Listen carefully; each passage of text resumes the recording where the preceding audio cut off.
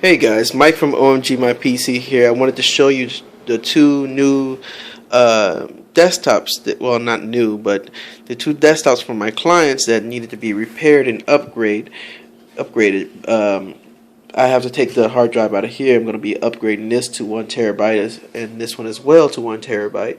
I'm going to take the memory out of both of them. I don't know if you can see that in there. Much better.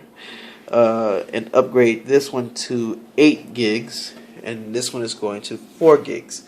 Why is that? Well, this one reads a max of 4 gigs. This is an older desktop system. It takes DDR2 memory sticks. The model of this one is a Gateway T5226 Gateway Emachine computer, basically. And this one is an HP. Alright. And the model number for this one is P6 2120T.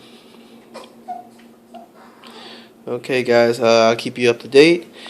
I just basically finished cleaning it out. If you want to see the prior pictures, look at my photo album or go to Instagram for OMGMYPC.